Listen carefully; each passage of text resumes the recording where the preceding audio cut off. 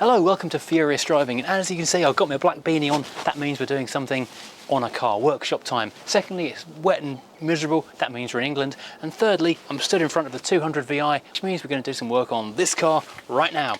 There's one big sticking point with this car before we can crack on with sorting out the head gasket, and that is the fact the immobiliser is very much jammed on, so it can't go anywhere.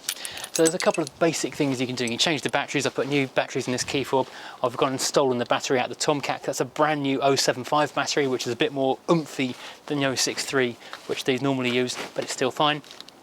Then there's about a million different combination codes you can do of pushing the buttons, taking the battery out to let the power drain, holding both buttons to discharge it completely, then doing a different combination of holding and releasing and pressing for different lengths of time. If you go on the internet, there's about 4,000 different variations of this. I tried a couple of them. You've got a few seconds of it on camera, so naturally people told me I was doing it wrong because they saw the one they didn't know. There's also a way of relinking the key and the immobiliser and resetting everything using a code that comes in the book pack with the car. It's a 4-digit code, like on a safe, so you can go and reset the numbers by doing left, left, left, right, right, right, that kind of thing. However, this car has not got its book packs. I've not got the service history, and I've not got that code. So that again is out, which means there's only 2 options left open to me, as none of those have worked. Firstly, I can do what I did on Quentin, which is replace the entire ECU system, the immobiliser ECU, which is underneath the dashboard and frankly a faff to get to, the main car ECU, which is a lot easier to get to, and of course all the remote key fobs. The second option, which I'm about to try, is a little less painful.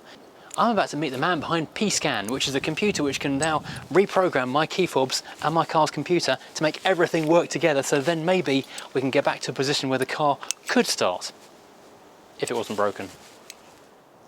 Right, and this is Philip from Pscan UK, who has a diagnostic tool which can do clever things with Rover engine computers. So Philip, if you can tell us what this thing is and what can it do? So basically this is an interface to connect a laptop to a Rover, and some Land Rovers as well. It basically does maybe 95% of what the factory Rover tool did that the dealerships had before they all disappeared. It connects to almost all of the Rover ECUs. So if you've got a fault with the connection between the 5AS and the ECU, it can connect that. You can code and decode key fobs to it. Exactly. There's basically a link between the 5AS alarm system and the engine ECU, which is why you change the complete set on Quentin. But that isn't actually necessary, because with one of these you can repair ECU, so you can just change the one that's the problem, and also we can program in key fobs. So maybe you've just got a damaged button or a bad solder joint in your key fob, or something minor. It could be as simple as that. And you don't need to change the entire electronics of the whole car. It can be really simple. Change the one component that's the problem. Fantastic. And you build this thing and you sell it. Yep. And that plugs into what, USB is that? Or so that end is just a USB plug that goes in a laptop. A Mac or PC, or Mac only, or PC only?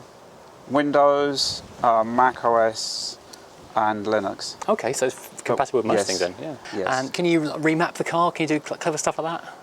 The only ones that we're doing mapping for so far are the MEMS 3s. We have a tie-up with Source Tuning.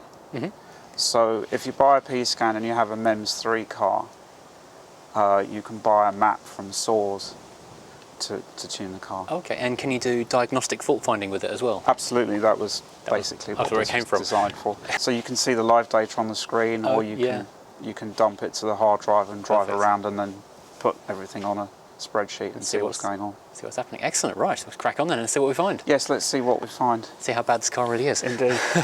So challenge number 1 is finding the socket to plug the car into. There it is. Where does it live? There. Oh, okay. So suppose it's normally on a metal bracket. Oh yes, yeah, I know the one you mean. And sometimes they're on the other side. Okay, so we're now into Pscan. Don't think you can read that at the top of the screen. Port open, interference okay. Oh, so the first thing we can do is, you're aware of what the EKA is, right?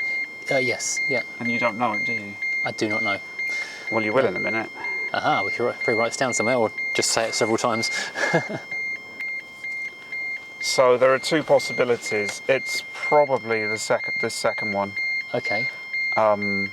Rover changed the, what's the word, the protocol at some point. Okay, yeah. So now, thanks to the computer, I'm going to blur this bit out so you guys don't know it.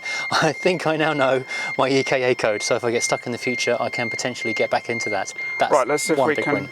code some fobs in. Yes, that'd be fantastic if we could. So the process is, it forces you to follow the process, so you Okay. have to read the instructions. Right. When you code in a fob, the way that you know it's coded is because it blips the horn. Okay. So it's important to know that the 5AS can actually make the horn work, because Okay. it uses a separate circuit to the Right. buttons. Gotcha.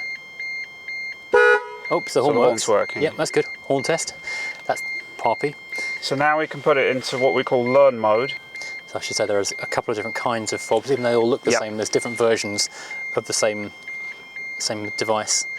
There are people who know exactly which fobs work on which cars, but I'm not one of those people.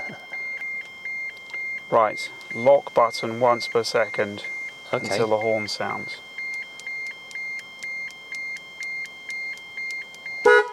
So that That's is now coded in. to the car. Wow. And I'll Brilliant. do So a second a one. working key fob.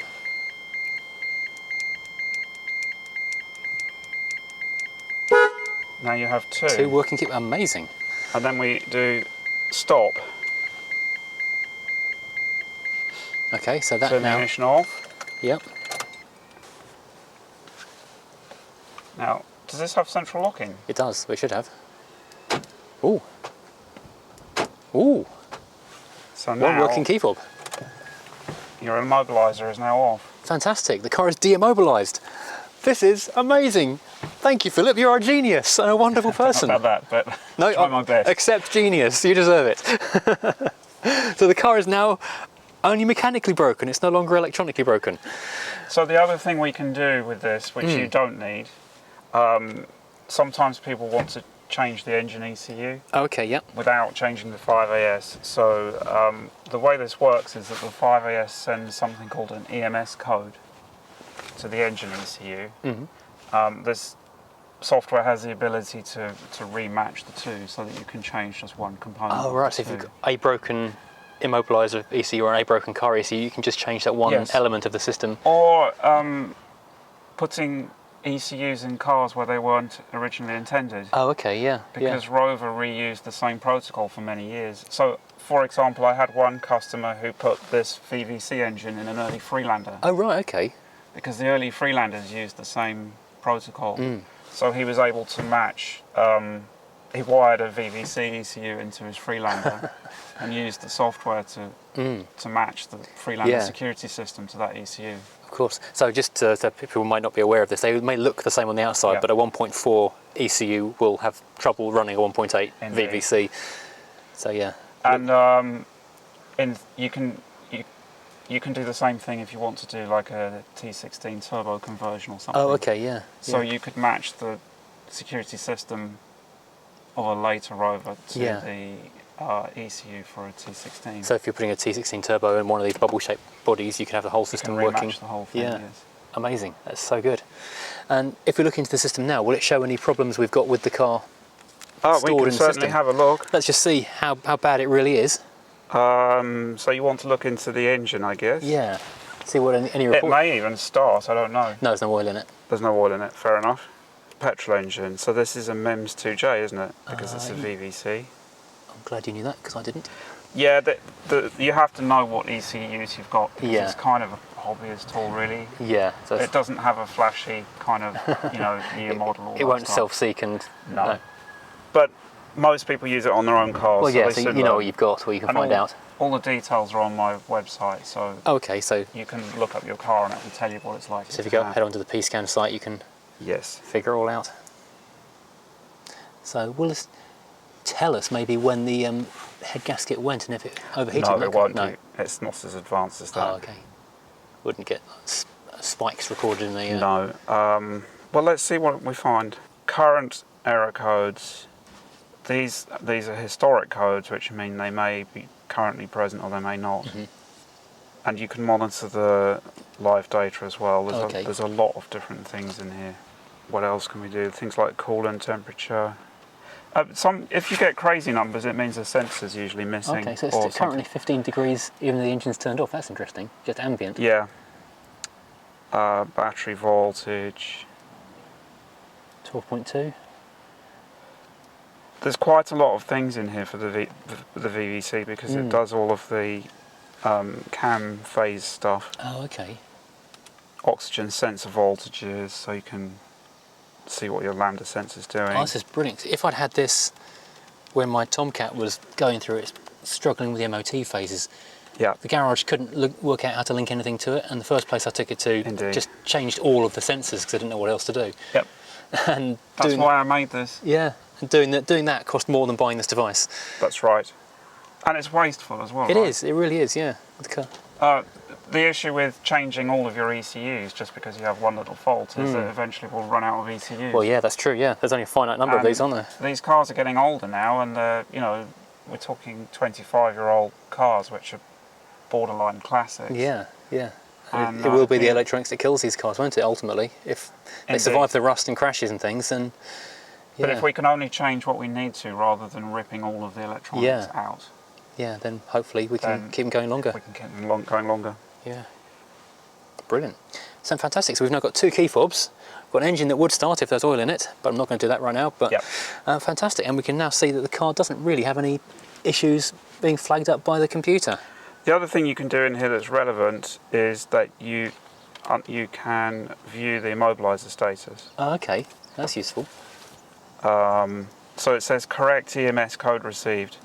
So that means that the immobiliser is not immobilised. Yeah, so the car's free to run. It means it's sending a code to the engine ECU that the engine recognises. Okay, so everything is functioning as it should with that. Just idle stepper as well, that's interesting, because that's another common problem. I've not experienced it, but I've read about it happening a lot.